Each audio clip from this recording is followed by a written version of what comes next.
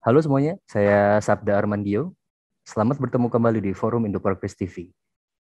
Di tengah-tengah masa pandemi ini, kita dikejutkan oleh suatu peristiwa besar yang terjadi di Afghanistan. Pada hari Minggu 15 Agustus lalu, negeri yang selama 20 tahun berada di bawah pendudukan tentara Amerika Serikat jatuh ke tangan milisi Taliban.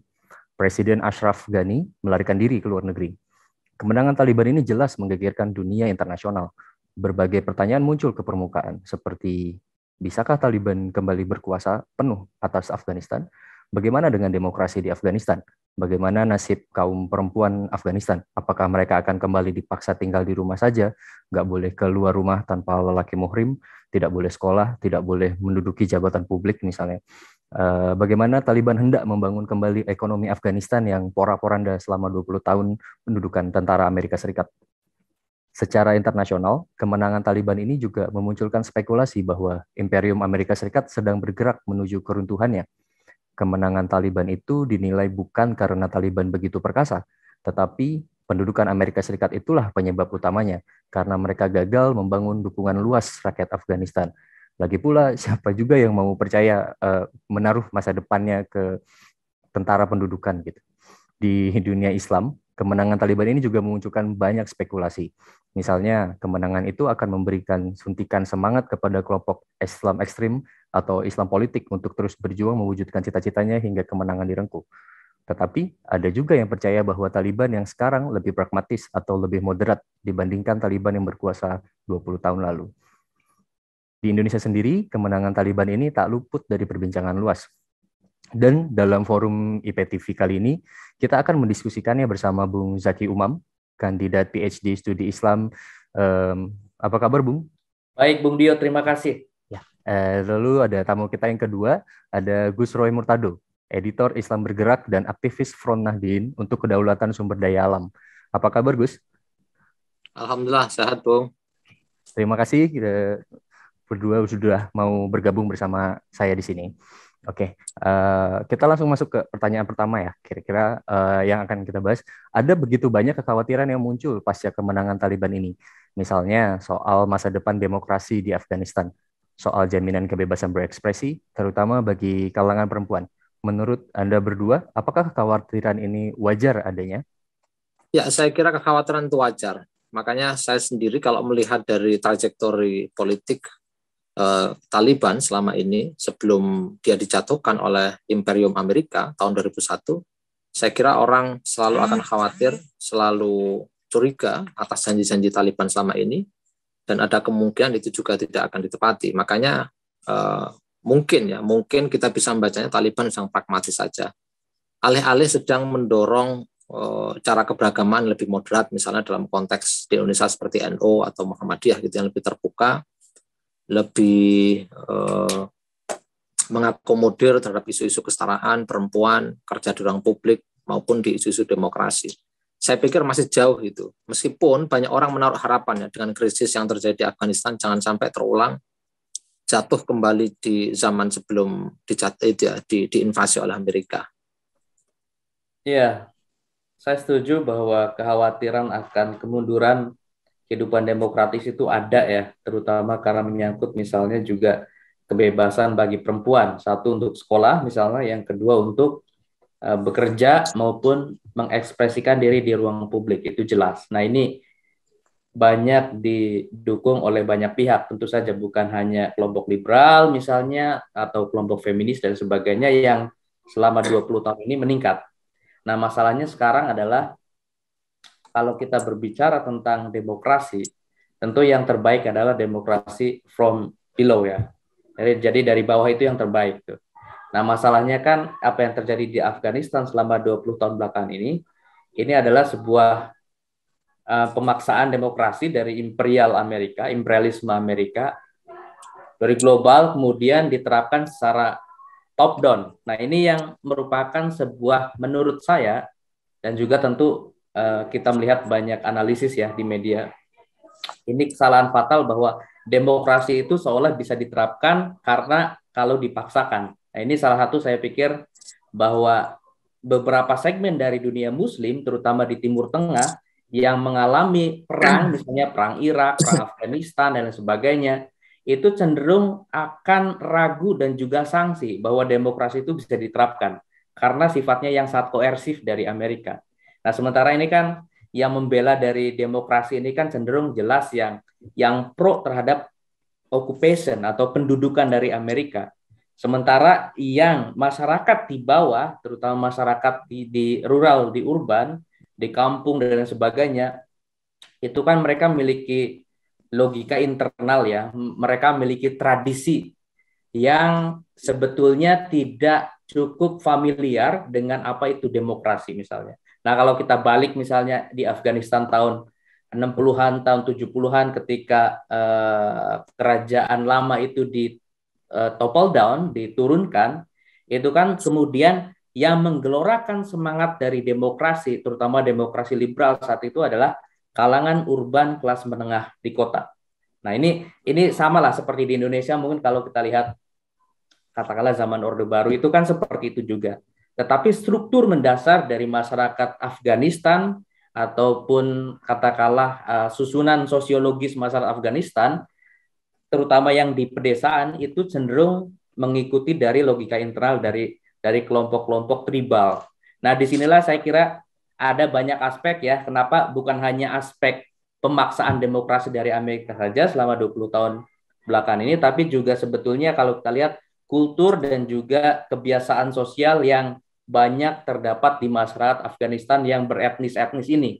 Kalau kita lihat kan ada 10 ya, tentu ada yang misalnya yang sangat dominan, misalnya seperti suku Pashtun, juga ada yang sifatnya juga dominan lain seperti suku Tajik dan juga Uzbeki yang di atas dan sebagainya, atau yang minoritas Hazara yang Syiah dan sebagainya.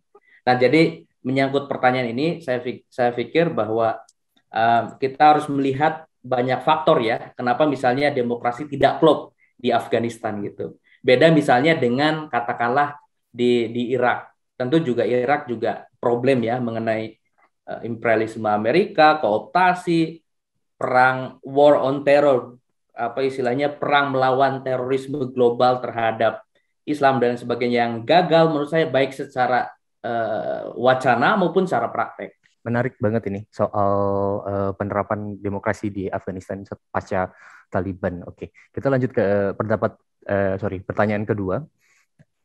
Ada pendapat yang mengatakan bahwa kemenangan Taliban ini adalah bukti dari kegagalan proyek ekspor demokrasi yang dicanangkan oleh Amerika Serikat sejak usainya Perang Dingin.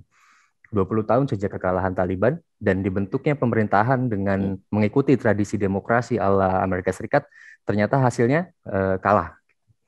Oke. Bagaimana menurut Bung berdua nih? Ya, saya pikir saya mungkin meneruskan dari jawaban saya sebelumnya ya. Ini cenderung bahwa kita harus melihat proyek demokrasi yang ada di Timur Tengah secara umum, dan lebih spesifik konteksnya di sini Afghanistan adalah Afghanistan cenderung menjadi sebuah proyek yang gagal dari demokrasi imperial globalism dari Amerika. Nah, kalau kita lihat misalnya, jadi begini, setelah 2011, setelah Pentagon runtuh tentu saja dengan pembajakan pesawat oleh teroris dari katakanlah dari Al-Qaeda dan sebagainya, kemudian kan Amerika melancarkan propaganda di seluruh dunia, bukan hanya di dalam negerinya saja ya, tapi di seluruh dunia untuk membuktikan bahwa there are two kinds of Muslim. Ini Muslim yang baik, yang moderat, tanda petik ya, dan ini Muslim yang buruk, tentu dengan kategori dari Amerika. Nah, bad Muslim ini dijadikan landasan, sebut saja landasan epistemologis dari kebijakan luar negeri, foreign policy dari Amerika, untuk melancarkan berbagai serangan terhadap beberapa negeri Muslim, di mana pemimpinnya, contohnya Saddam Hussein, terus kemudian 10 tahun kemudian Muammar Gaddafi, itu sebagai sebuah ancaman, sebagai pemimpin ancaman, karena di antara mereka misalnya kalau kasus Irak diduga menyimpan apa istilahnya ya, bom dan sebagainya, atau kalau dalam Afghanistan karena mereka menyembunyikan Osama bin Laden misalnya. Nah, ini dari satu sisi kalau kita lihat balik ke belakang ya, konteks yang mesti teman-teman kawan-kawan di Indonesia atau di seluruh dunia kita saksikan selama 20 tahun belakangan ini, itu konteksnya itu. Tetapi tentu juga kita paham bahwa banyak elemen di antara mujahidin yang kemudian bermain, terutama Al-Qaeda, juga merupakan bagian dari proyek Amerika yang sebelumnya itu untuk menyerang atau untuk membendung rezim komunisme dari Uni Soviet. Nah, itu kan ada kompleksitas di sini. Jadi ada perubahan dan juga ada semacam koneksi dan disrupsi. Nah, terus kemudian masalah ini kemudian menjadi terang benderang ketika beberapa negara, jelas di sini Afghanistan dan contoh lainnya jelas Irak, itu menjadi dioccupied, kemudian dibendung atau dikuasai oleh Amerika, dan mereka berusaha seperti yang saya sebut di awal, itu top down bentuknya Amerika. Dan juga sifatnya adalah donor ataupun bantuan keuangannya juga sama dikelola oleh aliansi Amerika, dan juga bukan hanya Amerika, jelas NATO di sini kita lihat, terutama Amerika dan aliansi seperti Inggris, Prancis, walaupun intensitas dari aliansi Amerika ini kita bisa lihat data-datanya ya, misalnya tidak sebanyak Amerika jelas. Nah, disitulah proyek dari imperialisme Amerika ini kemudian saya pikir mendapat sambutan hangat yang luas di masyarakat urban di Afghanistan untuk kesempatan bagi mereka bahwa inilah rezim Afghanistan harus tumbang, dan kemudian beberapa segmen dari kelompok atau masyarakat urban di Afghanistan, terutama yang terdidik dan wabil khusus ya, kelompok liberal dan feminis juga, itu setuju dengan pendudukan Amerika dengan harapan bahwa ada perubahan mendasar di dalam konteks kenegaraan dan juga kemasyarakatan di level bawah. Nah, tapi masalahnya kan ini kemudian betapapun misalnya mereka setuju, bagaimanapun ini merupakan sebuah pemaksaan, dan itulah sebetulnya menjadi sebuah krisis. Bagaimana tidak semua masyarakat Afghanistan, terutama yang masyarakat bawah dan juga perempuan, itu tidak menyetujui atau mereka anti terhadap pendudukan asing. Jadi masalah Afghanistan adalah bukan masalah terorisme atau mujahidin internasional, tapi masalah pendudukan kekuasaan asing atas kedaulatan negerinya. Nah, disinilah beberapa banyak segmen masyarakat di Afghanistan, tidak semua, termasuk perempuan juga, menyetujui dan mensupport Taliban untuk menguasai ataupun untuk katakanlah memberontak sebelum misalnya katakanlah selama 20 tahun belakangan ini untuk kembali menguasai struktur pemerintahan dan kekuasaan di Afghanistan. Jadi yang saya lihat sebetulnya seperti itu. Walaupun tentu kita bisa membaca bahwa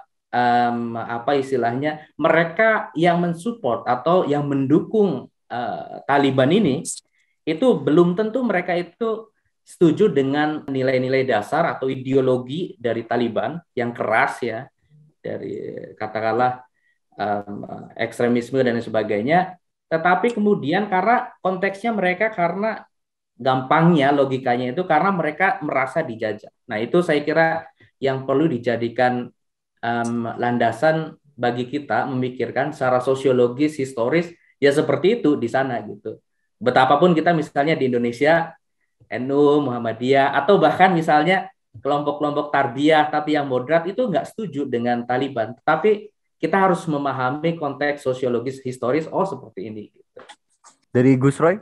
Ya, menarik sekali tadi itu dari Mas Zaki ya. Saya justru malah tertarik untuk melihatnya agak mundur. Tadi Mas Zaki sudah mention dan nyinggung demokrasi itu sulit sekali kalau didorong dari atas. Justru keberhasilan demokrasi itu dari bawah. Nah, faktanya dalam kasus Afghanistan sendiri kan dicangkokkan dari atas. Nggak hanya itu, sejak pendudukan Amerika itu nggak dapat legitimasi apapun dari mayoritas masyarakat di sana, di Afghanistan. Dan propaganda Amerika bad Muslim, good Muslim dalam konteks war on terror itu terbukti nggak berhasil. Terbukti justru malah memicu atau membuat sentimen anti Barat itu menurut saya semakin menguat. Nah, kalau kita ingat kelompok yang sekarang Taliban ini sebenarnya kan mereka pecahan dari mujahidin ya, kelompok mujahidin yang dipakai untuk melawan Soviet, dominasi Soviet di Afghanistan, terutama waktu itu rezim Taraki. Dan menarik, beberapa sumber misalnya yang bisa kita akses itu menyebutkan Amerika justru malah memfasilitasi pendidikan yang isinya adalah kekerasan pada anak-anak Taliban, anak-anak di Afghanistan sebagai tafsir atas jihad di sana untuk melawan Soviet yang dianggap kafir, yang dianggap ateis dan lain sebagainya. Bahkan tahun 80 sampai tahun 90 milisi-milisi di Afghanistan didanai, dilatih dan dipersenjatai oleh Amerika. Nah, ini kan menarik. Kalau kita membaca saya ingat dengan ini ya, David Harvey ya di chapter pertama di New Imperialism itu dia menyinggung ini pendekatan imperium sebenarnya. Jadi kalau mau membangun demokrasi semacam itu justru sebaliknya, bukan demokrasi yang mereka dapat itu, justru malah militansi yang dulunya itu dipakai untuk melawan komunis sekarang semacam itu ya, semacam senjata makan tuan. Mereka melawan tuannya atau melawan yang mengasuhnya dulu. Nah, ini menarik Mas Zaki tadi bilang bagaimana kelompok orang-orang di kota, di perkotaan. Ini yang mirip dengan di Indonesia, dengan di kampung-kampung yang pemahaman mereka juga nggak mesti sama. Dan menarik juga sebenarnya kalau kita lihat kelompok feminis ya, baik di Indonesia maupun di sana ya. Di Indonesia juga kita melihat mereka bahkan ada suara-suara mestinya Amerika nggak buru-buru cabut dari Afghanistan. Jadi kebebasan perempuan akan terancam, demokrasi akan mundur lagi dan lain sebagainya. Padahal kalau kita mau merujuk ke aspek sejarah tadi itu soal intervensi Amerika sejak menghadapi Soviet, terus kemudian invasi lagi ya, invasi di zaman Taliban itu kan menunjukkan sebenarnya pendekatan semacam ini terbukti gagal gitu. Tapi saya setuju juga dengan pandangan yang mengatakan sebenarnya tadi Bung Dio sudah menyinggung ya. Sebenarnya Taliban nggak kuat-kuat amat, tapi memang imperiumnya ini, Pax Americana ini yang merasa paling benar, paling besar di muka bumi ini juga sebenarnya sedang ropos, sedang rapuh. Dihantam oleh banyak sekali krisis internal dalam tubuh kapitalisme itu sendiri. Nah, ini yang perlu kita cermati ke depan ya, bagaimana proses demokratisasi itu bisa tumbuh di Afghanistan, dan kita masih menaruh harapan bahwa memang ini juga harapan dari teman-teman yang saya lihat dari teman-teman Nahdien ya, Mas Zaki nanti bisa nambah ya. Kemarin sudah ketemu dengan NU, artinya sudah ada dialog ya, ada dialog keagamaan yang lebih maju dari kalangan petinggi-petinggi di Taliban untuk mendorong Islam lebih terbuka. Nah, sebenarnya kita berharap semacam itu. Tapi kita masih menaruh curiga karena apa? Jangan-jangan ini pragmatis saja. Buktinya mereka sudah ketemu dengan China. China sendiri punya kepentingan untuk menguatkan dominasinya di Asia Tengah, untuk melebarkan sayapnya dalam proyek Belt and Road Initiative yang sejak tahun 2016 perjanjian itu sudah ditekan antara China dengan Pakistan. Jadi jangan-jangan cuma pragmatis saja. Kalau benar-benar pragmatis ini menurut saya memang mengerikan sekali itu ke depan. Tapi kalau memang Taliban mau mendorong agak inklusif ya tentu saja pragmatis ya dorongannya, ekonomi politik, pengen tumbuh, pengen dapat legitimasi dari masyarakat, pengen dapat kepercayaan bahwa mereka ini pemerintahan yang sah, mereka selama ini dijajah gitu, diambil alih oleh imperium Amerika dan jaringannya NATO gitu. Nah, itu dalam aspek gerakan feminisme memang agak melegakan Bung Dio dan kawan-kawan. Tapi kalau sekedar hanya ekonomi saja, hanya mencari perlindungan saja, wah itu tentu saja bisa menjadi berbahaya ke depan. Gitu. Dan mohon maaf ya, karena ini dekatnya dengan China. Saya tidak anti dengan modal China, atau saya nggak peduli dengan modal China, modal Amerika, modal mana aja sama aja. Tapi kecenderungan modal China itu agak mengabaikan proses-proses demokratis maupun pendekatan-pendekatan lebih humanistik. Itu sepengetahuan saya gitu. Bung Zaki mau menanggapi? Ya, dalam pengertian begini, mungkin saya melihat dua sisi dulu ya. Sisi yang pertama adalah perubahan ideologi. Jelas kalau kita lihat ideologi kan sebetulnya aspek kerumitan dari aspek yang ada, yang nyata atau yang empiris dengan nilai-nilai normatif ya, di mana nilai normatif ini sebetulnya dipengaruhi oleh situasi yang terus berubah. Begitupun dengan Taliban. Jadi kalau kita mengatakan Taliban dulu dengan sekarang sama, itu salah. Sama dengan misalnya Zaki masa SD dengan masa SMA, kan tidak sama misalnya. Contoh kecilnya ya. Dengan demikian ini hanya logika sederhana. Taliban pun sama dengan demikian juga berubah. Apa yang ada Taliban misalnya ketika dibentuk oleh milisi mujahidin terutama di Pakistan dengan latar belakang dari pendidikan Deobandi, Sunni Deobandi ya, tapi kemudian yang keras. Dan juga ini jangan salah, Benazir Bhutto, presiden perempuan Pakistan juga mempunyai andil yang besar dalam mempersilahkan masuknya apa istilahnya modal dan politik militerisme Amerika untuk ikut mendidik mereka. Yang mujahidin-mujahidin ini di dalam konteks di perbatasan antara Afghanistan dengan Pakistan. Itu konteksnya jelas ya. Walaupun kemudian tragisnya atau ironisnya Benazir Bhutto juga meninggal karena problem ekstremisme yang ada di negerinya sendiri tahun 2007, Desember 27 kalau tidak salah. Nah, terkait dengan ini saya ingin menyatakan di awal tadi bahwa ada perubahan mode beragama, mode ideologis dari Afghanistan yang berkuasa atau sebelum tahun 2001 kemudian ditopple down oleh Amerika kan, dengan yang ada sekarang. Selama 20 tahun belakangan ini mereka lebih cenderung regresif dan defensif ya. Walaupun pemberontakan ada insurgensi dan lain sebagainya, tetapi ada banyak perubahan taktik. Nah, ini dalam level political movement atau social movement, mereka lebih mengadopsi dari yang dulu lebih banyak bergerilya. Misalnya salah satu cabang yang paling terkenal dari Taliban itu kan gerakan Haqqani ya. Nah, gerakan Haqqani ini kan tadinya adalah gerakan yang berpisah sendiri, gerilya yang melawan Uni Soviet dan sebagainya, tapi kemudian membaiatkan diri atau berbaiat kepada Taliban untuk ikut serta di dalam pembentukan Emirat Islam Afghanistan tahun 96 tahun 2001 itu. Tetapi kemudian walaupun elemen itu ada, elemen gerilya yang militan dan sebagainya, bahkan di antara mereka, di antara gerakan Haqqani ini misalnya mereka adalah salah satu yang paling keras dan mempersekusi dari kelompok minoritas Hazara yang Syiah, jelas, ya kan? Tapi kalau kita lihat misalnya dalam berita minggu lalu misalnya ada kelompok Taliban yang juga mendukung, melindungi dan juga mempersilahkan bahwa perayaan Karbala 10 Muharram itu tidak dilarang. Nah, ini salah satu bentuk ingin perubahan, bahwa ada perubahan taktik dari dalam internal Taliban itu sendiri ya. Jadi yang tadinya sebetulnya mengikuti logika dari masyarakat struktur tradisional, terutama dari ini ya, dari Pashtun dan lain sebagainya.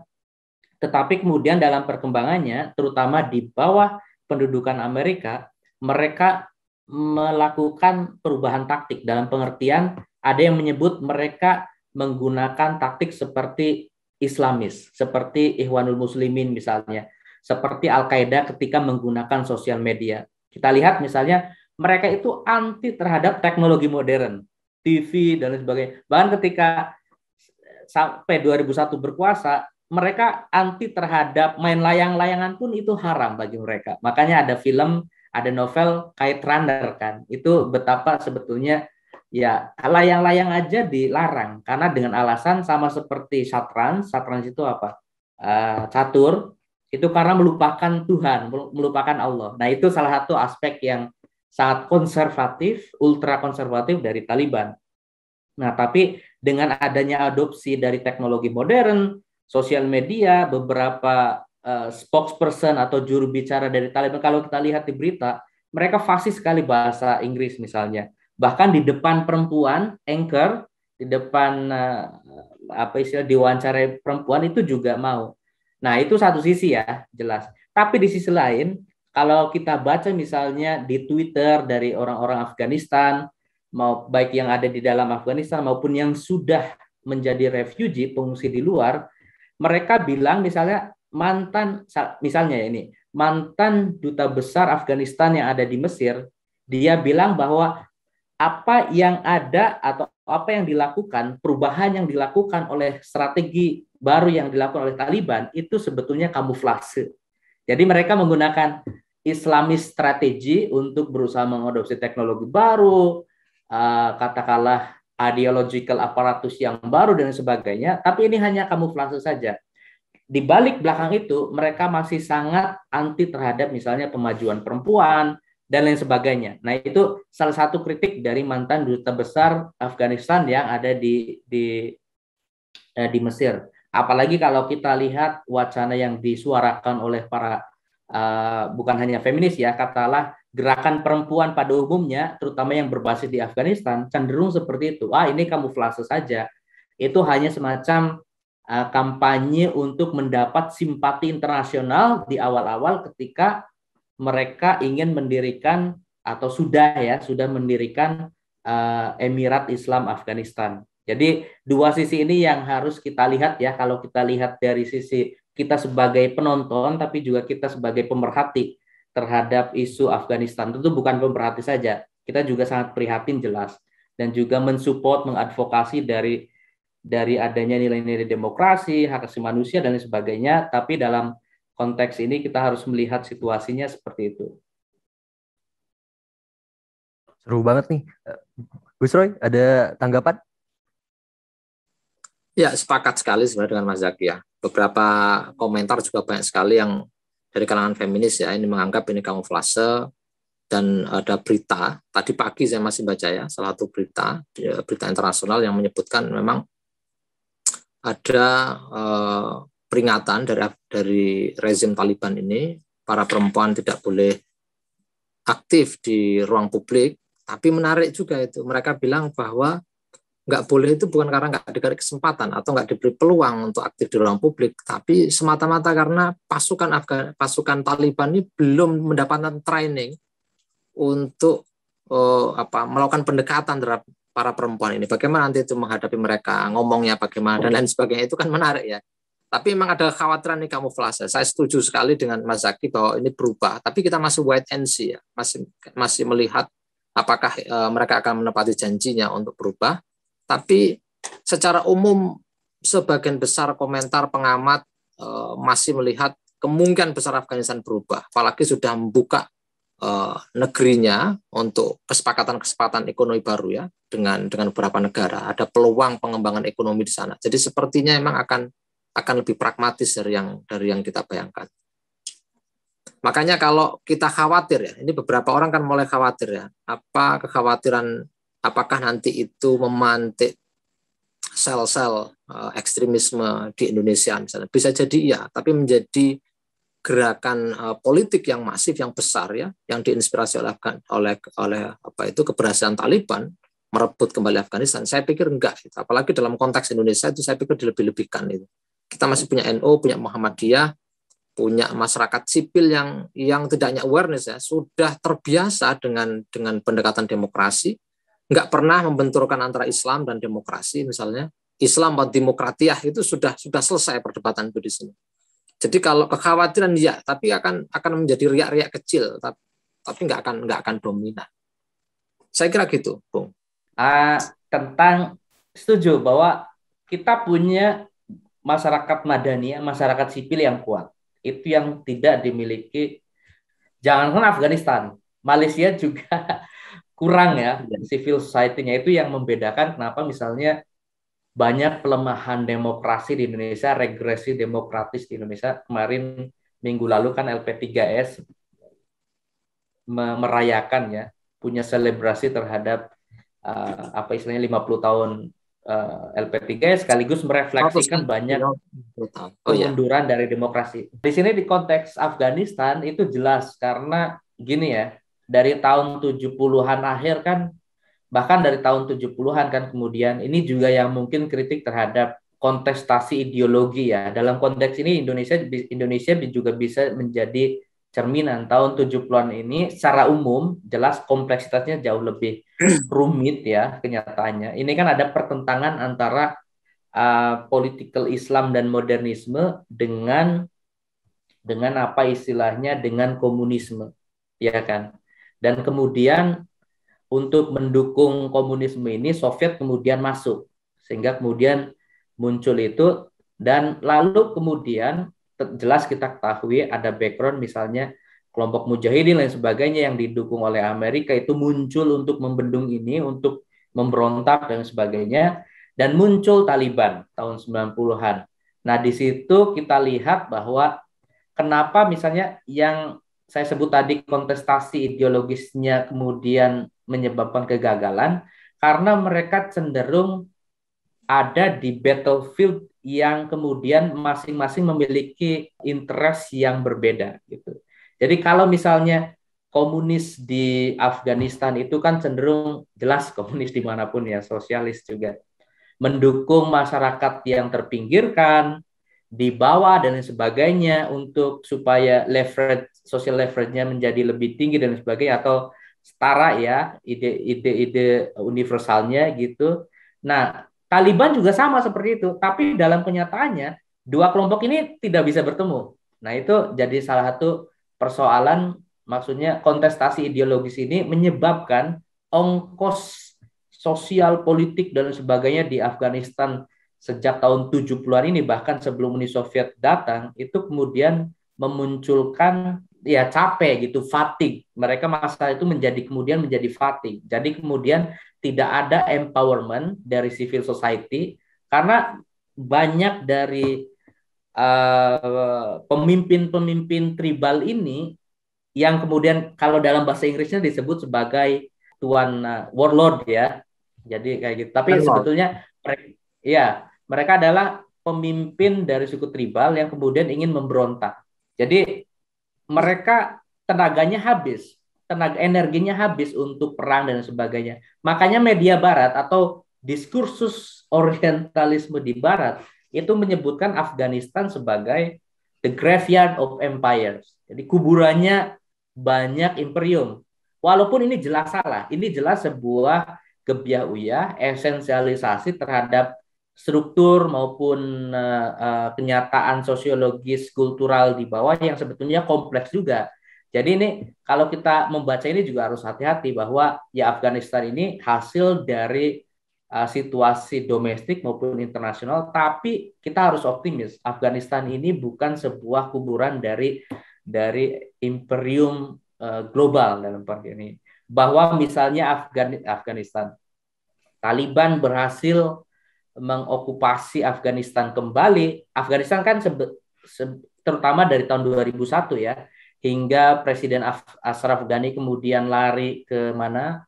Ke Uzbekistan dan kemudian Uni Emirat Arab, itu kan dianggap sebagai Darul Harb kan, wilayah perang.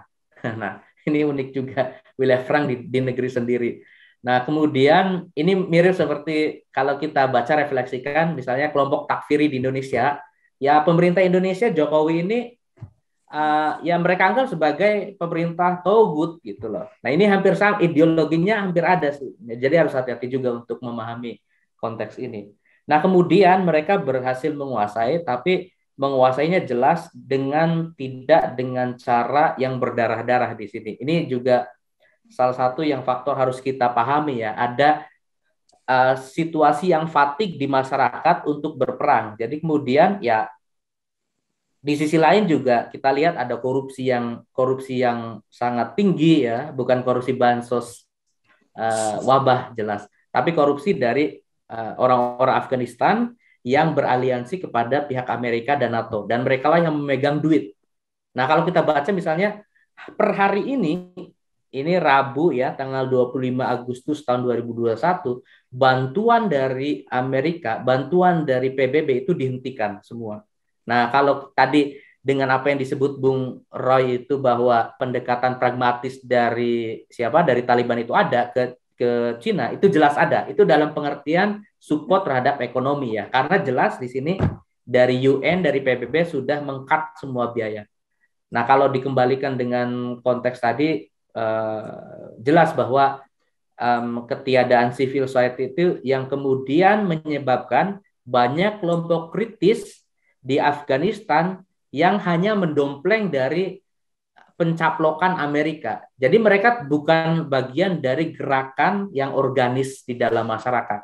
Itu salah satu yang menurut saya kegagalan ya di dalam, jelas kita tidak bisa menyebut ini sebagai kegagalan semuanya, tapi katakanlah kegagalan kelompok progresif dalam pengertian umum ya, progresif di mana mereka mendompleng ataupun ikut serta di dalam menyetujui, mengamini dan juga menjadi ekor daripada pendudukan Amerika itu. Ya itu pilihan rasional sih sebetulnya. Cuman kan dalam konteks ini ada siapa yang menang, siapa yang kalah akhirnya.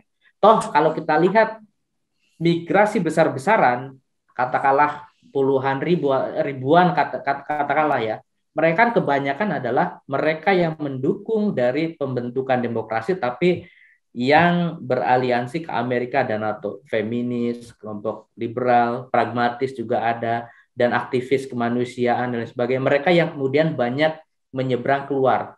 Kalau kita lihat kayak ya banyak lah contohnya. Intinya saya ingin bilang tadi saya setuju bahwa konteks civil society itu yang kemudian katakanlah lemah ya dan menyebabkan bahwa aspirasi demokrasi itu tidak tumbuh dari bawah gitu.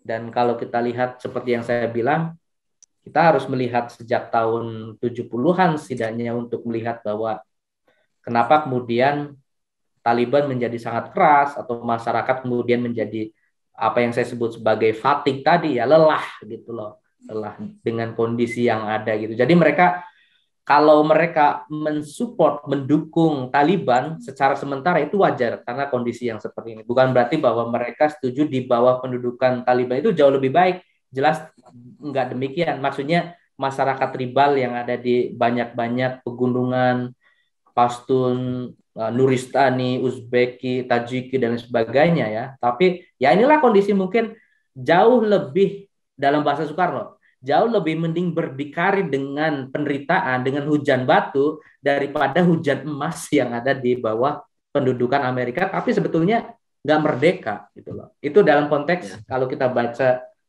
dengan jeli seperti itu sih. Selama 20 tahun ini Amerika bertingkah sekali memang di sana ya. Kalau kata Galeano tuh setiap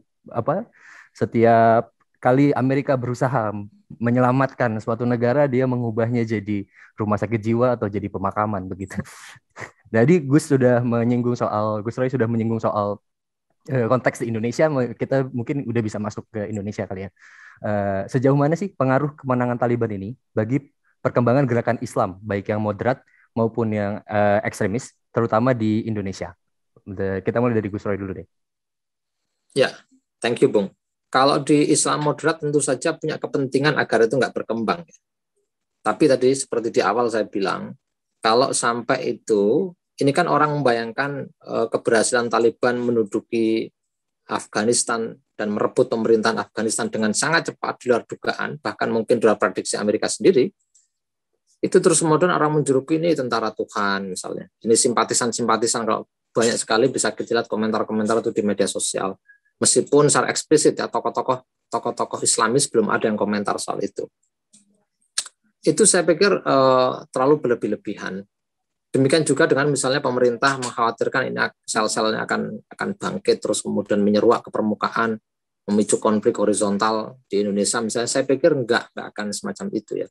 Apalagi membayangkan bahwa kemenangan Taliban itu hampir atau dianggap setara dengan revolusi Islam Iran misalnya, yang bisa diekspor ke banyak dunia Islam. Saya pikir juga enggak.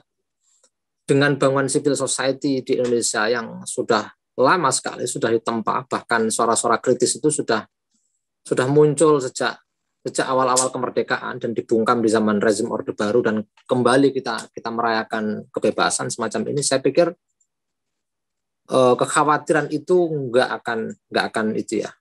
akan terbukti di Indonesia. Mungkin riak-riak kecil ya. Gitu. Nah kalau pengaruhnya bagi NU, tentu saja NU Muhammadiyah, kelompok-kelompok Islam moderat atau yang lebih terbuka, inklusif secara keberagamannya, tentu saja jangan sampai itu terjadi di Indonesia. Ada PR, selama ini saja beberapa riset menunjukkan di perkotaan yang mestinya orang itu kosmopolitan justru semakin eksklusif keberagamannya. Seperti saya misal tinggal di Bogor, itu beda banget di kampung saya. Di kampung saya itu orang biasa aja dengan beda tafsir, dengan orang nggak berkerudung misalnya, itu cuek aja. Padahal kampung santri. Tapi anehnya ketika saya pindah di masyarakat urban, justru orang itu ribut dengan persoalan-persoalan individual di ruang publik. Tapi komitmen sosial nggak pernah diperkarakan, sering kebalik gitu. Nah itu PR kita menurut saya. Lagi-lagi ini menurut saya ini karena aspeknya bukan aspek agama, karena ada kelowongan intervensi kelompok Islam moderat ini di kalangan akar rumput di perkotaan. Nah, ini yang perlu kita lebih giatkan lagi. Orang-orang peneliti semacam Bung Zaki dan kawan-kawan atau kawan-kawan saya sendiri gitu ya, itu mesti punya agenda-agenda reproduksi sosial yang berdampak kepada masyarakat. Selama itu bisa kita lakukan, dan lagi-lagi ya tidak meminjam tangan negara ya, lagi-lagi ini tumbuh dari masyarakat sipil itu sendiri. Saya pikir kekhawatiran itu bisa ditepis. Nah, kalau buat NU, kita NU Muhammadiyah ya, kelompok moderat kita punya PR itu tadi. Tapi ekspresi dari kalangan Islamis juga memang nggak bisa diabaikan gitu. Ini yang menarik menurut saya justru malah mereka ini bisa berselancar dalam banyak periode politik di Indonesia kan. Mereka bisa nunggangi Prabowo, bisa nunggangi siapa aja gitu. Bahkan bisa hegemonik dalam diskursus. Ini saling menguntungkan tentu saja. Misalnya kemarin aliansi Prabowo dengan kelompok Islamis itu kan sebenarnya saling menguntungkan. Prabowo butuh dukungan, yang ini butuh butuh legitimasi politik lah untuk bisa mendorong suara-suara mereka lebih didengar. Nah, ini yang mesti diwaspadai, justru kebebasan bisa dipakai oleh kelompok Islamis ini, kelompok Salafi yang meminjam bahasa Mas Zaki tadi itu berkamuflase ya. Sebenarnya mereka anti dengan modernitas, anti dengan kebaruan, tapi sekaligus paradoksnya mereka memakai produksi tadi itu modernitas itu sebagai alat bagi atau instrumen bagi kepentingan politik mereka. Nah, ini kan yang perlu kita rawat. Bukan kita harus khawatir, enggak saya pikir Bung, tapi memajukan agenda-agenda reproduksi sosial di kalangan masyarakat, terutama kalangan proletar dan lumpen proletar di perkotaan yang secara langsung digenjot oleh kepentingan kebijakan negara. Bung Zaki? Kalau tadi misalnya saya menyambung dengan adanya anti terhadap, sebetulnya mereka anti terhadap nilai-nilai modernity ya, yang dalam konteks ini jelas Taliban misalnya, Taliban dan kelompok katakanlah ultra konservatif di Indonesia yang kemudian berubah. Nah, ini ada satu istilah yang menarik dari seorang profesor dan ahli sejarah Timur Tengah, Juan Cole ya di University of Michigan Ann Arbor. Dia bilang satu istilah yang tepat untuk menggambarkan tentang Taliban. Tulisannya tahun 2009 jelas. Bahwa apa yang mereka lakukan, seperti yang telah kita bahas ini, mereka mengadopsi banyak sosial media ya, belakangan ya. Kalau sebelum 2009 jelas belum ada sosial media atau belum berpengaruh. Itu mengadopsi teknologi modern, pengawasan, surveillance terhadap dengan cara modernitas ala Barat ya, dan berbagai macam jenis teknologi maupun katakanlah teknik-teknik yang terbaru dari Barat, itu bukan merupakan sebuah anti modernitas, tapi counter modernity. Dalam artian mereka menggunakan instrumen ini, kalau dalam sekarang instrumen sosial media dan sebagainya digital yang tidak haram ini sebagai sebuah counter terhadap modernitas. Jadi bukan anti lagi, itu sebuah istilah yang tepat menurut saya. Dan kalau kita lihat di Indonesia jelas terutama para figur ini ya, political Islam yang ekstremis itu juga jelas seperti itu juga, sama counter modernity dalam pengertian mereka ingin merebut suara massa, popularitas publik dalam pengertian untuk semakin menguatkan konsepsi dan gerakan mereka apa yang disebut sebagai kedaulatan Islam politik ala mereka. Nah, itu yang harus kita perhatikan, misalnya dampak, walaupun jelas misal sejauh ini sih masih banyak yang ini ya, kita harus lihat juga, tentu tidak seragam ya, dari kelompok-kelompok political Islam itu juga berbeda-beda, ada yang jelas menolak Taliban juga dan sebagainya. Nah, uniknya ini saya mungkin membicarakan sesuatu yang unik saja, misalnya katakanlah Hidayatul Wahid dari PKS ya, yang sekarang di DPR, mantan ketua MPR juga, mereka justru ya, ini kan Hidayat Nur Wahid jadi simbol ya, misalnya mencuitkan di dalam Twitternya gambar-gambar bahwa Kiai Haji Said Akil Siraj bertemu dengan siapa? Dengan Taliban, bahkan Yusuf Kala dengan Taliban. Nah, ini siapa yang Taliban sebetulnya? NU atau kita? Gampangnya seperti itu loh. Jadi seolah membalikan. Padahal konteksnya, saya kan mengikuti juga. Waktu saya di Turki 2012, Kiai Said Akil Siraj itu dengan rombongan itu ke sana. Waktu itu belum cerita. Saya sowan tahun lalu ke dalam beliau, rumah beliau ya, yang ada di mana namanya Ciganjur. Itu beliau baru bilang, saya di Istanbul 2012 dengan rombongan itu ingin negosiasi, ingin ada musyawarah dengan kelompok Afghanistan termasuk Taliban gitu. Waktu itu masih rahasia, baru belakangan kita tahu kan ketika Taliban berkunjung ke Indonesia, bukannya Taliban, banyak faksi ya. Baru kemudian terbuka, bahkan Menlu Retno juga terbuka juga akhirnya bahwa kami memang bagian dari kelompok yang ini memediasi perdamaian. Jadi proses perdamaian itu ada, tapi kemudian kan deadlock, ya kan, seperti ya deadlocknya jelas karena Taliban nggak puas, lalu kemudian ingin mencaplok negara ini khusus untuk mereka, itu kan deadlocknya di situ.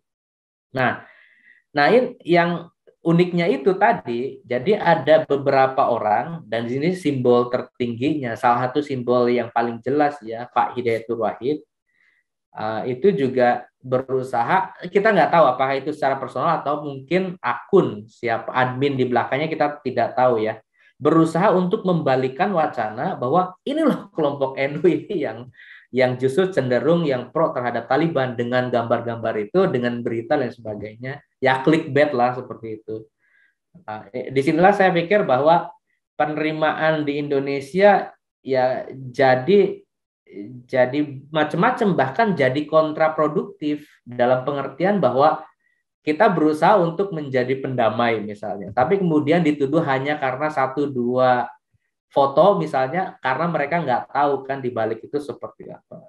Dan juga jelas kalau kita lihat misalnya pendekatan pragmatis dari Pak Yusuf Kalla kan pendekatannya lebih tastes kan. Pokoknya karena beliau juga berperan penting dalam perdamaian tentu Aceh dan sebagainya tahun 2000-an waktu pemerintahan SBY pertama. Jelas peran beliau juga cukup signifikan ya dalam proses perdamaian ini, dan dalam proses untuk perdamaian Afghanistan ini jelas beliau secara aktor dia tidak bisa ungkapin bahwa dengan diplomatis bahwa ya Afghanistan gagal, nggak bisa seperti itu. Jadi ya kita lihatlah misalnya akan berubah dan sebagainya, itu pasti bahasa-bahasa yang digunakan oleh orang sejenis Pak Yusuf Kalla, karena memang bukan hanya secara pribadi, tapi posisi dia memang sebagai bagian dari kelompok yang ingin memediasi perdamaian sebelum kelompok Taliban kemudian menguasai dari Afghanistan sekarang ini gitu loh. Jadi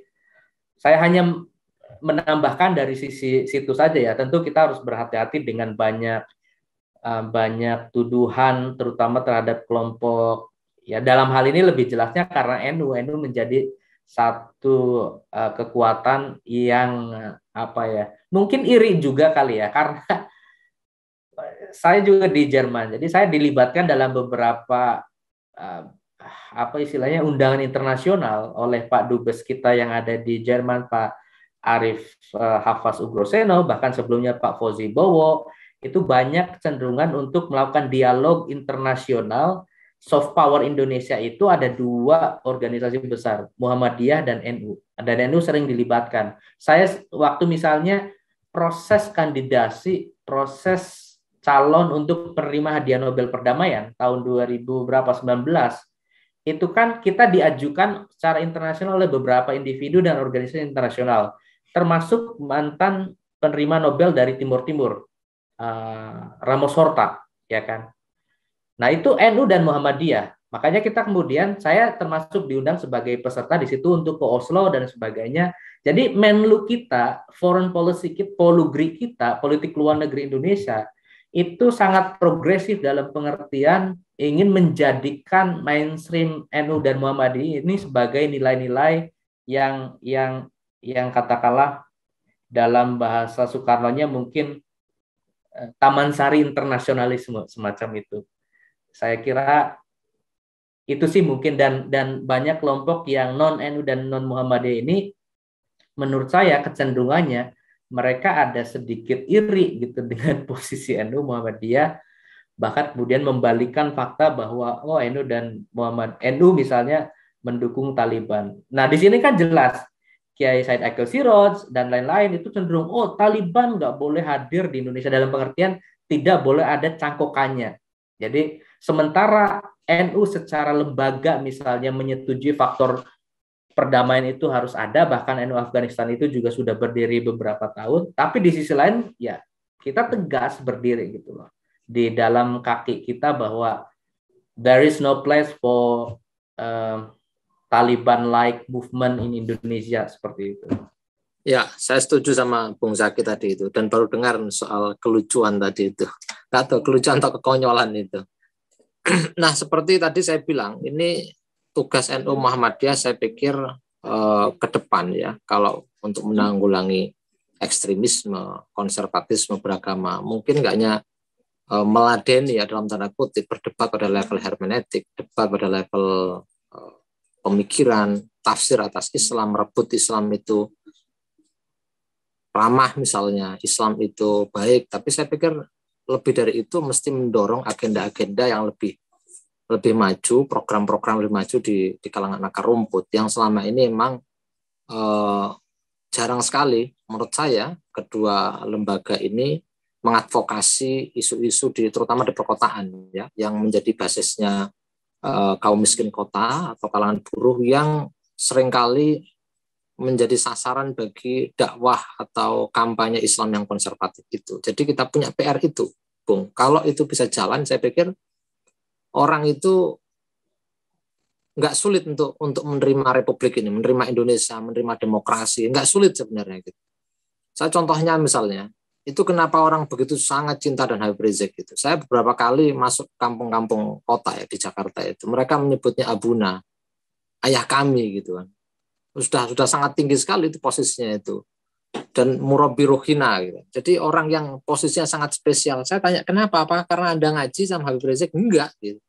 Apakah Anda dikasih pemahaman keislaman? Enggak, tapi Habib Rizik dianggap mengayomi atau paling tidak dengan retorika yang populistik itu mengena bagi masyarakat perkotaan. Nah, ini yang menjadi tugas kita, tugas besar kita. NU Muhammadiyah ke depan itu terutama anak mudanya harus lebih banyak terjun di isu-isu ini ya. Bukan lagi soal ini, maksud saya ketimpangan itu bukan dalam pengertian inequality ya, bukan, tapi uneven development yang memang korbannya adalah masyarakat di perkotaan. Karena faktanya kecenderungan Islam konservatif itu yang unik itu justru bukan masyarakat di rural, tapi masyarakat di perkotaan yang harusnya kosmopolitan gitu. Nah, tanggung jawab kita ke depan begitu.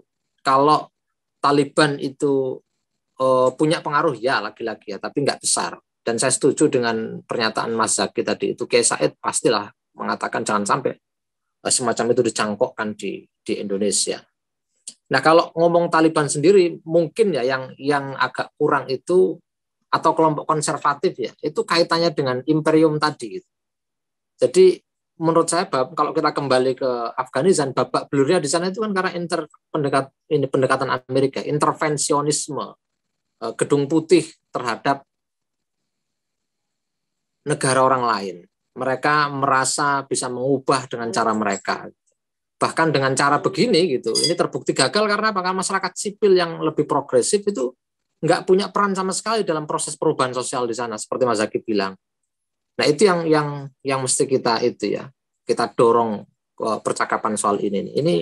Ini ada ulahnya imperium di sana yang mengubah, bahkan tadi saya singgung di awal, kalau nggak salah di Washington Post atau apa itu yang saya baca itu, Amerika bikin kurikulum segala yang isinya adalah kekerasan agar anak-anak di sana itu bisa dijadikan amunisi ya untuk menghadapi Soviet.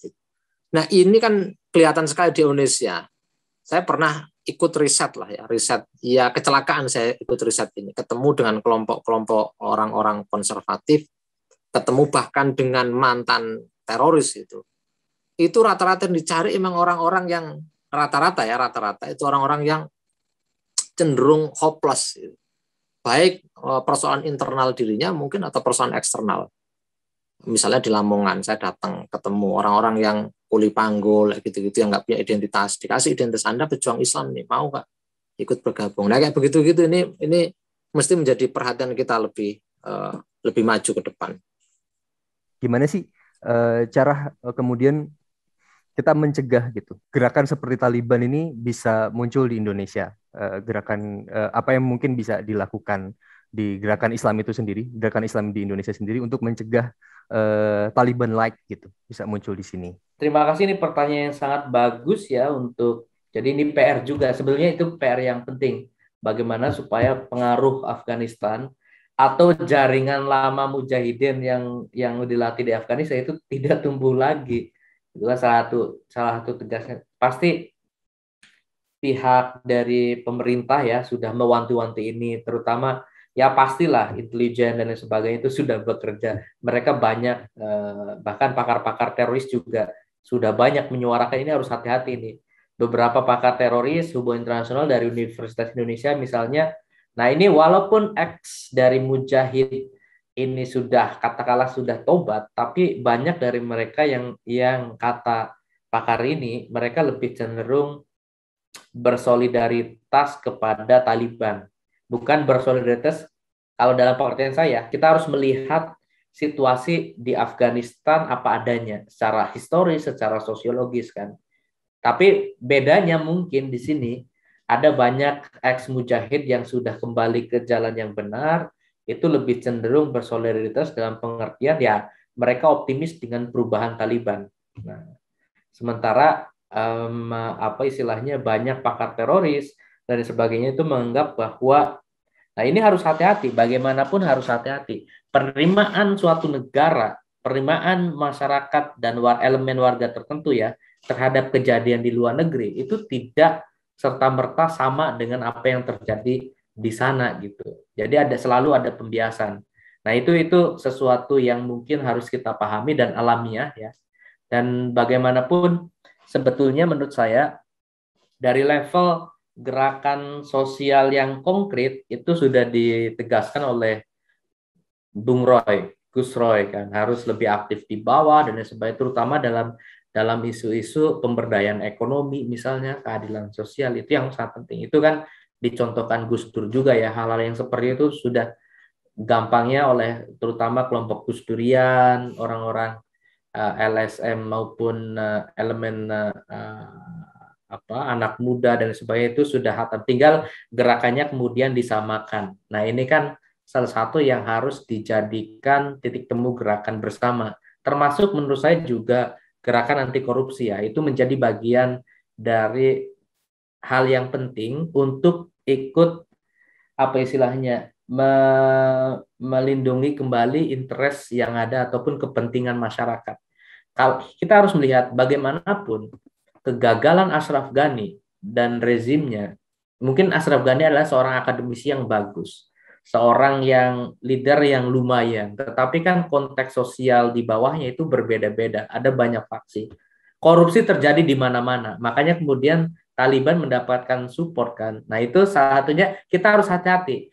NU, Muhammadiyah, dan organisasi yang lain itu misalnya yang sama dengan NU dan Muhammadiyah itu jangan jatuh terhadap sebuah peninaboboan terhadap kondisi misalnya rezim yang korup dan sebagainya. Nah kita harus kritis terhadap itu semua gitu. Nah itu karena bagaimanapun nanti ada yang anti terhadap pemerintah, misalnya ya NU dan Muhammadiyah ini bagian erat dari pemerintah, tentu kan tidak seperti itu.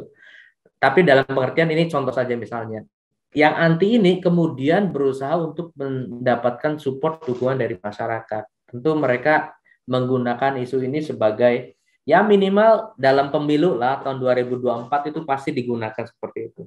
Nah, kembali pada isu itu, jadi titik temu untuk pergerakan sosial itu ya penting. Pemberdayaan ekonomi dan sebagainya, anti korupsi dan lain sebagainya. Jadi jangan berhenti pada mode misalnya kampanye moderatisme Islam. Islam moderat, jangan berhenti di jargon. Jangan berhenti misalnya di webinar.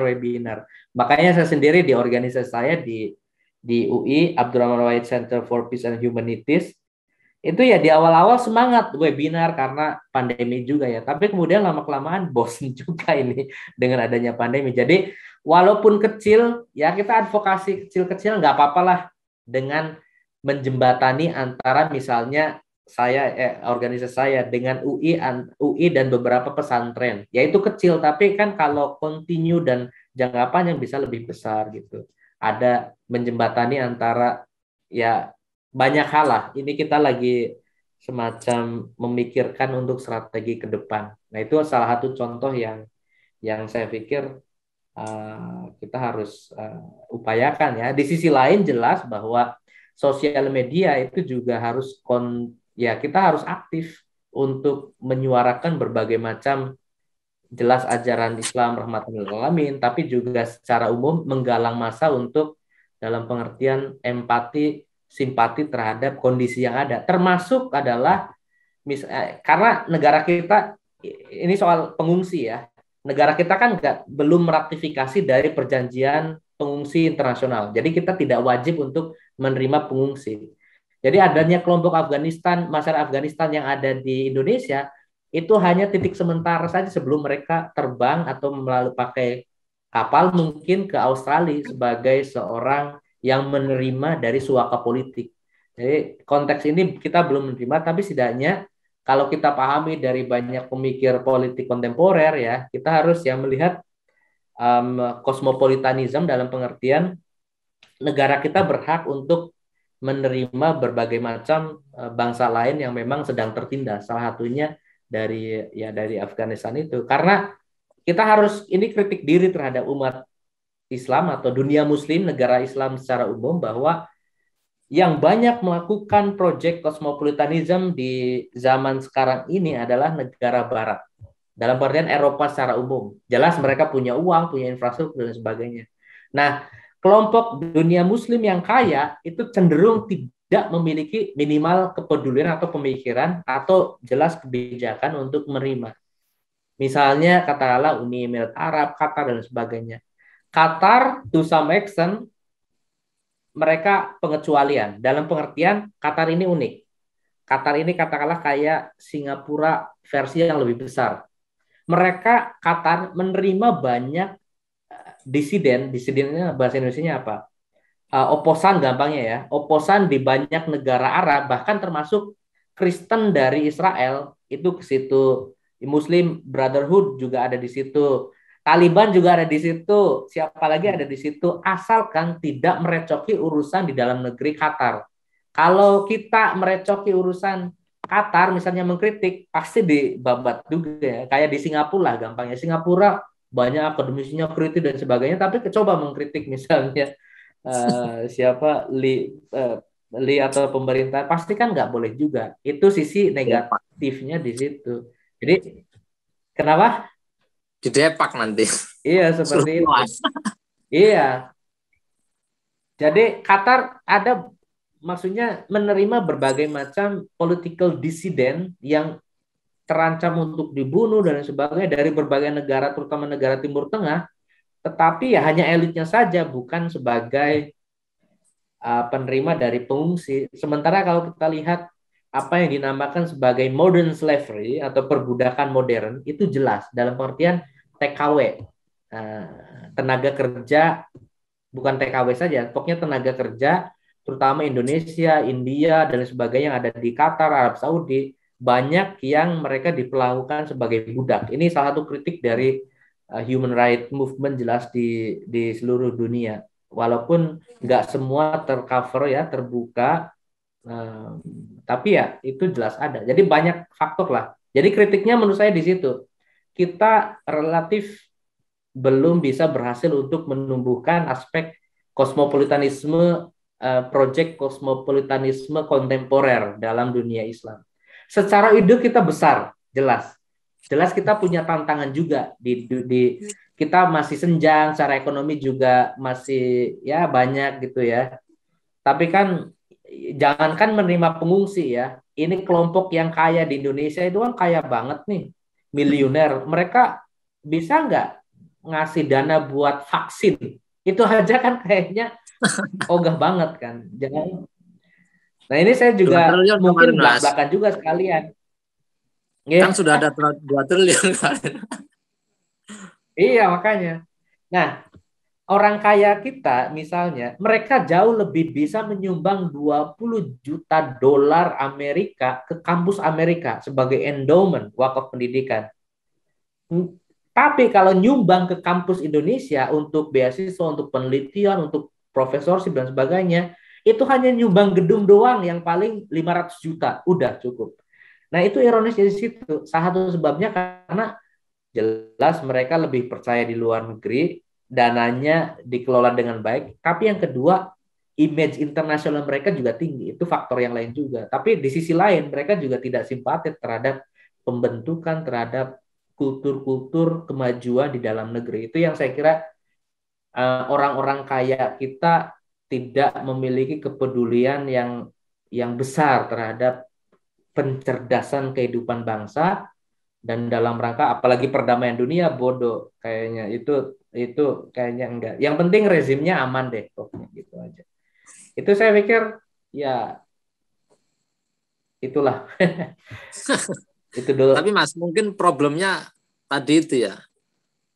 Satu emang nggak meratifikasi pengungsi bisa diterima di Indonesia.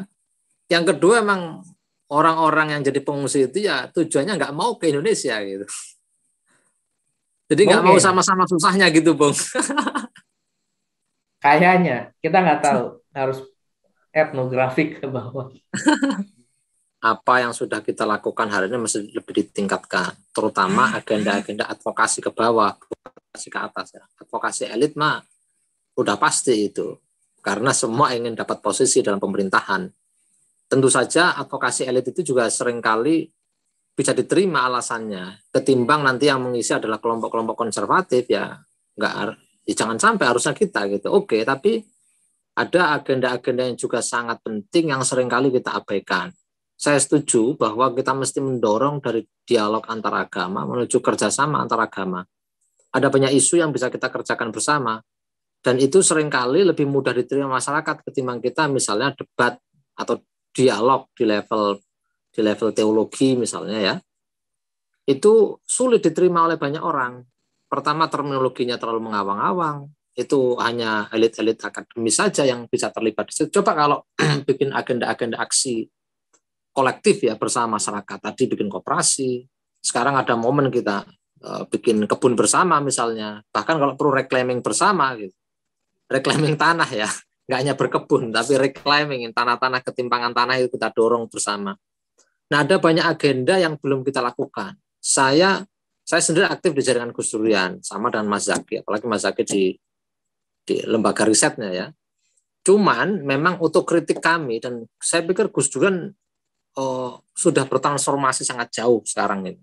Yang awalnya memang kami ini kan banyak berdiskusi, berkenalan, sampai sekarang kesadaran sudah nggak hanya itu gitu, ngadvokasi ibu-ibu kendeng, ngadvokasi apa itu kaum miskin kota, ngadvokasi nelayan, bahkan yang menarik ini di tengah pandemik, FNKSDA juga ya di lembaga, di organisasi saya dan kawan-kawan juga bikin filantropi Islam, mengembangkan itu meskipun ada banyak kritik gitu.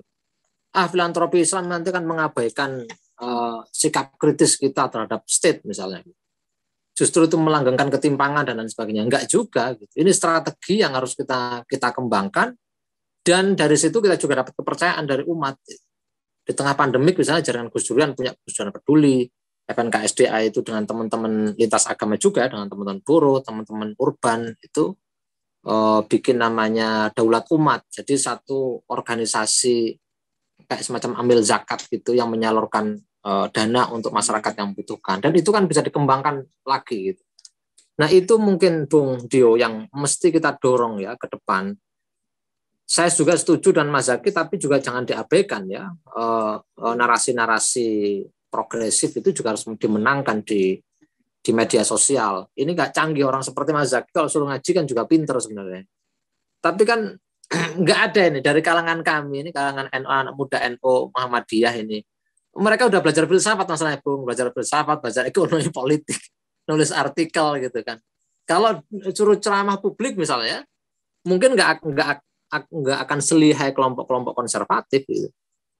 Di Bogor ini ada kemarin ya ada kegiatan sebelum COVID ya, itu ramai sekali. Saya sampai heran itu. Orang itu membayar, anak-anak muda itu mau berbayar iuran ya, semacam sedekah gitu. Nanti mereka berkumpul di sana, di sebuah tempat, dilatih, diajari tentang sholat yang khusyuk. Bayar itu, Bung. Sholat khusyuk. Terus kemudian bagaimana strategi ta'aruf gitu. Persiapan bangun rumah tangga sakinah itu kan nggak kebayang seperti Bung Zaki sama saya bikin kayak gitu. Jangan-jangan kalau kita bikin juga nggak akan laku gitu.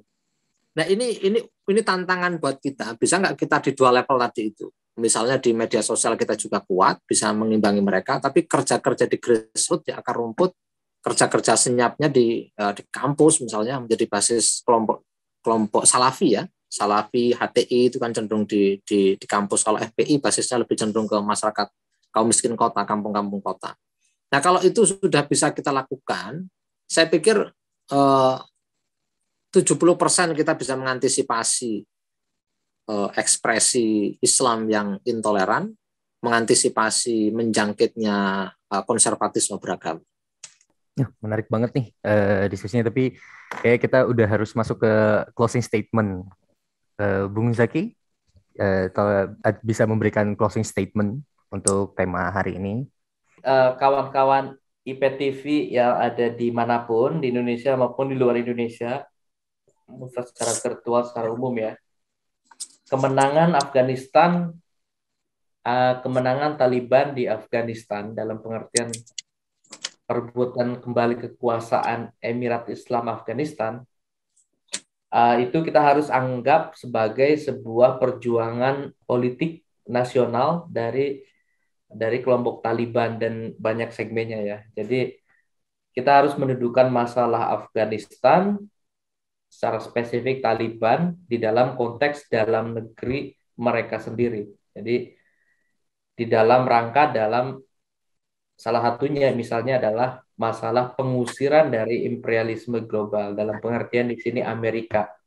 Jadi dalam seperti itu dulu ya. Tapi konteksnya kemudian menjadi concern internasional, salah satunya adalah karena citra Taliban yang secara umum itu sangat menakutkan.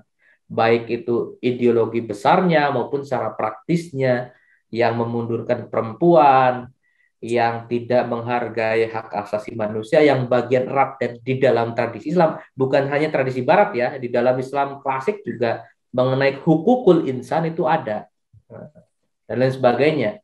Nah, itu menjadi momok yang menakutkan.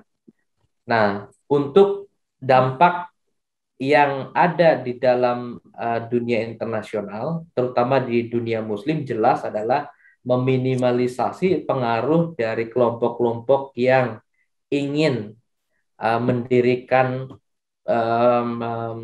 politik semacam Afghanistan supaya tidak tumbuh.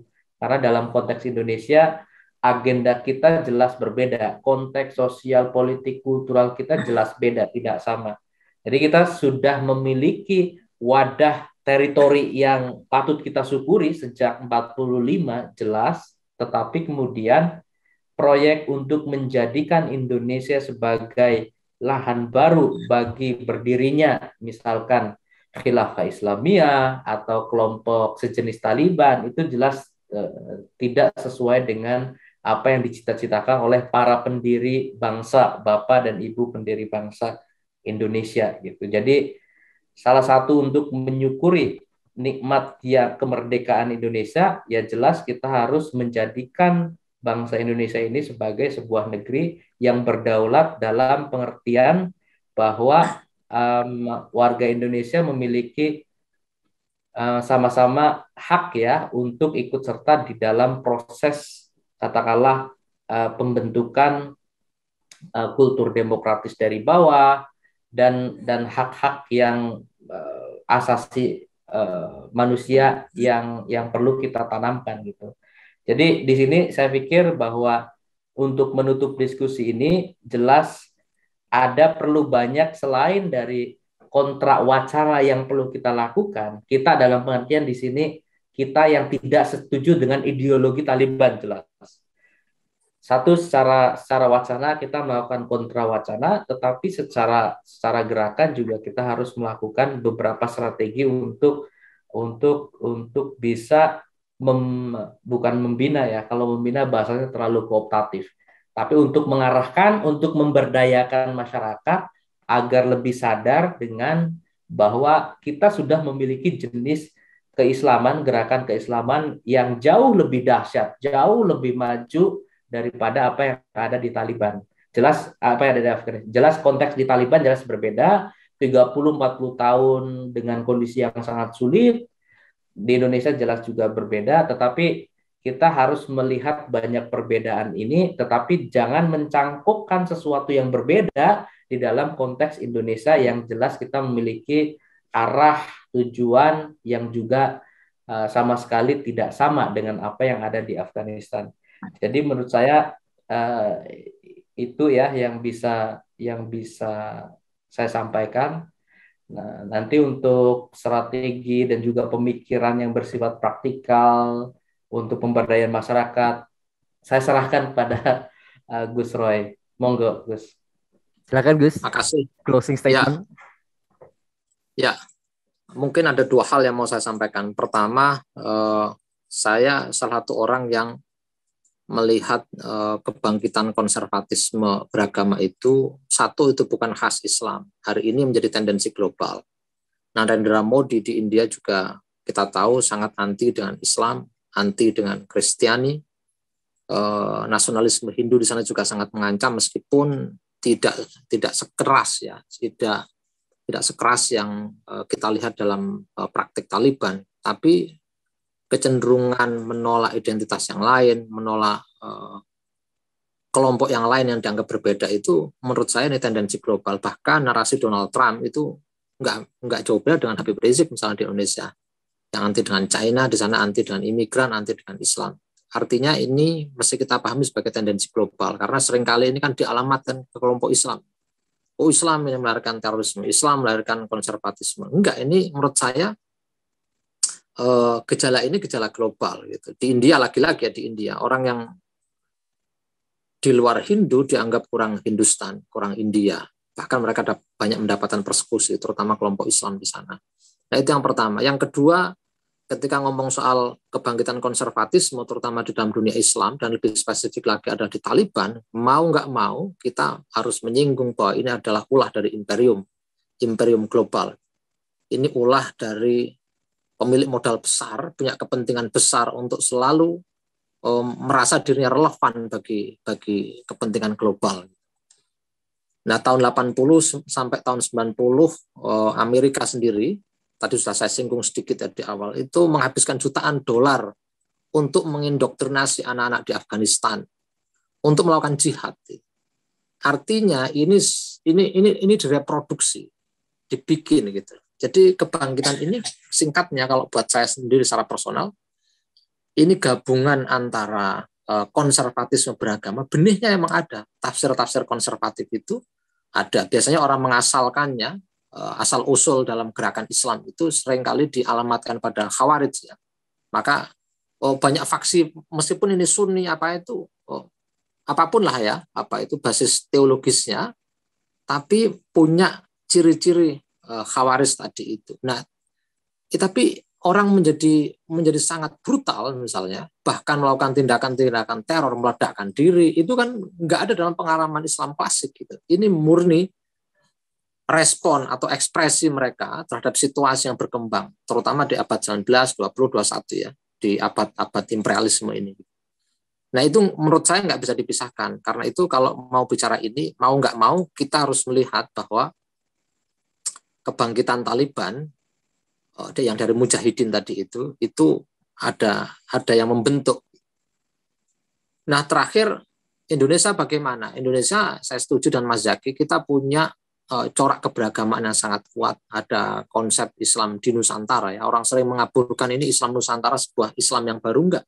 Islam di Nusantara dengan coraknya yang khas Nusantara. Meskipun begitu ya, tadi lagi-lagi mesti didorong untuk menuju agenda-agenda reproduksi sosial yang lebih maju. Kritik terhadap kebijakan negara misalnya.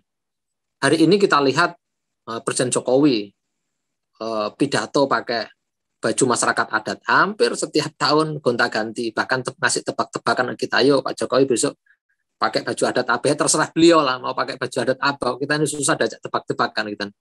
Padahal ada kemenangan dalam perjuangan masyarakat adat dalam putusan MK 35 ya, yang mengakui hak ulayat masyarakat adat. Tapi sampai sekarang undang-undangnya nggak sampai. Nah ini kalau saya bayangin ya, Islam Nusantara dengan masyarakat adat Nusantara itu bisa koresistensi dalam konteks ekspansi dan penetrasi modal di pedesaan yang menghancurkan. Nah ini kan menunjukkan bahwa kita itu nggak hanya beragam, tapi juga dalam konteks perjuangan keadilan sosial itu ya bisa jalan bareng-bareng gitu loh. Nah ini yang mesti kita tunjukkan di Indonesia, memberi optimisme itu, terutama di kalangan Islam ya. Jadi jangan, ini juga otokritik kepada kelompok Islamis, jangan simpatinya itu ke sekarang misalnya Afghanistan, kalau enggak gitu ke Palestina. Palestina itu bukan perang agama, gitu. Dijual itu ada persoalan-persoalan di dekat kita yang harus kita bereskan. Nah itu mungkin yang mesti kita lakukan, Bung Dio dan kawan-kawan. Terima kasih. Terima kasih Bung Zaki Umam dan Gus Roy Murtado. Kita sudah banyak berbagi pandangan dan analisis terkini untuk kasus Afghanistan dan kemenangan Taliban. Sekali lagi terima kasih kepada Bung Zaki dan Gus Murtado yang udah bagi pengetahuannya di Indo Progress TV. Jadi demikianlah forum Indo Progress kali ini. Semoga bermanfaat. Saya Sabda Armandio. Sampai ketemu lagi di lain kesempatan. Terima kasih.